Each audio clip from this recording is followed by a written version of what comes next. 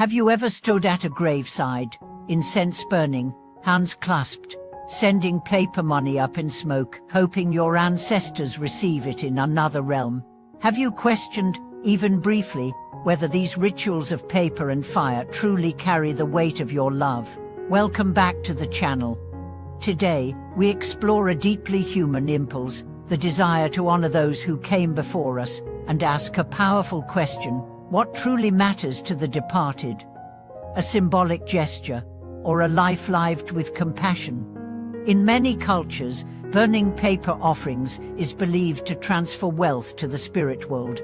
Paper houses, cars, clothing, and money are lit with solemn reverence. Some believe these items reach their loved ones in the afterlife, ensuring they are well provided for. But while the intention is rooted in love, does the act reflect what truly nourishes a soul on either side of the veil? Let's begin with the heart of the matter. Ritual is not empty, but it is not enough by itself. The question is not whether the fire carries paper to the spirit realm, but whether your heart carries meaning through your actions.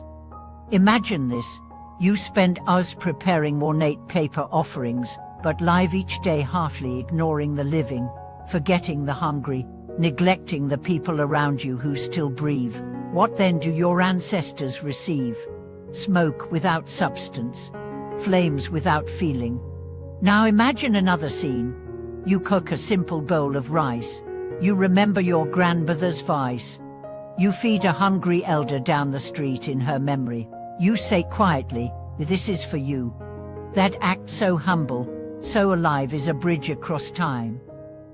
That is the offering that reaches farther than any flame. Because in the unseen world, what travels is not the object but the intention. Not the paper but the love. There's an old saying: the dead do not eat the rice, but the living who are fed by your kindness become your ancestors' true legacy. So why do we cling so tightly to burning paper? Because it gives us a sense of control. It creates a visible, tangible action in the face of grief. And yes, grief needs outlets. Ceremony gives structure to sorrow, but grief also asks for something more: transformation. What if we transformed ritual into service? What if, instead of paper currency, we offered currency of kindness? One man I knew stopped burning paper money after his father's death. Instead, every year on the anniversary, he cooked his father's favorite meal and brought it to a local orphanage. "My father loved feeding people," he said. "I think he smiles more now through these children's joy than he ever would through smoke." This is the wisdom of integration, not abandoning tradition, but evolving it. If your ancestors could speak to you, not through superstition, but through soul, what would they ask? Would they want stacks of symbolic wealth? Or would they say, "Live well, love deeply, right my wrongs, help those I couldn't help"? Because legacy isn't preserved through fire, it's preserved through action. Think of the mother who passed on without enough to leave her children. What would honor her more, burning a paper mansion, or tutoring a struggling child in her name? What would honor the father who worked himself sick offering paper gold, or donating to a clinic to help others live longer? In one village, people began replacing paper offerings with community meals. Each ancestral festival, instead of burning, they cooked together and invited the lonely, the poor, the forgotten. They said, "Our ancestors now walk among the smiles, not the smoke." The village changed. So did the people. When we feed the hungry, our ancestors eat too. When we comfort the grieving, we fulfill their unfinished prayers. When we protect the vulnerable, we honor the blood they gave to bring us here. There is no greater offering than living consciously. And don't mistake this as a dismissal of tradition. It's an invitation to deepen it. Burn incense if it brings you peace. Light candles if they help you remember. But let those rituals lead you into real-life generosity. Let the fire of your devotion ignite real change.